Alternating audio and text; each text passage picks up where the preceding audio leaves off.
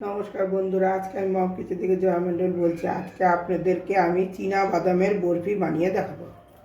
চীনা বাদামের বরফি বানাতে লাগছে, প্রথমে চীনা বাদামটা আমি জলে ভিজিয়ে এরকম করে পরিষ্কার করে নিয়েছি, এলাচ নিয়েছি, পাউডার বানিয়ে নিয়েছি, আর অল্প একটু চিনি আর একটুখানি ঘি দিব।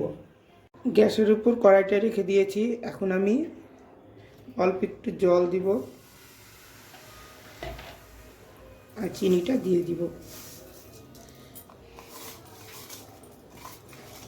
চিনিটা এদিকে গলুক,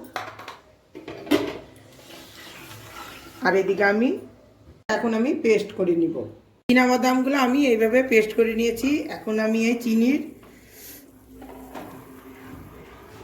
চিনির শিরার মধ্যে আমি এই পেস্টগুলো দিয়ে দিব।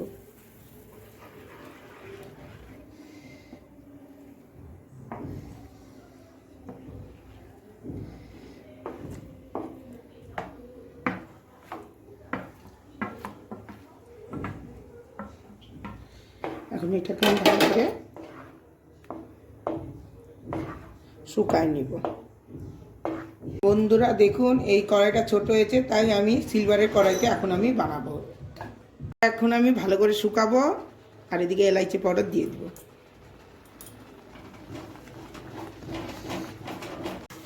এর মধ্যে অল্প একটু সেন্টের জন্য গুড়ও দিয়ে দিব।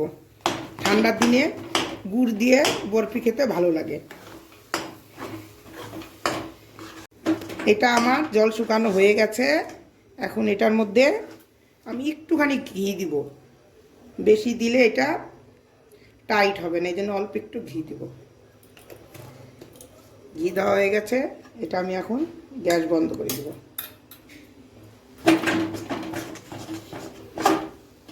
এখন আমি এটাকে এইভাবে ঠান্ডা করে নিব। আমার কাছে তো ফয়েল পেপার এখন নাই, তার জন্য আমি এটা ভালো একটা প্লাস্টিক, এর মধ্যে আমি এই চিনাবাদামের মিশ্রণটা দিয়ে দিব।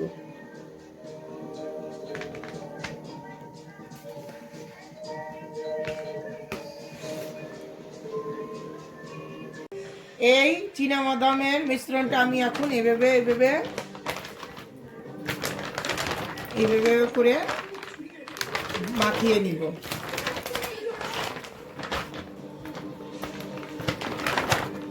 এখন আমি এইভাবে মিশ্রণগুলো নিয়ে এইভাবে গোল গোল গোল গোল করে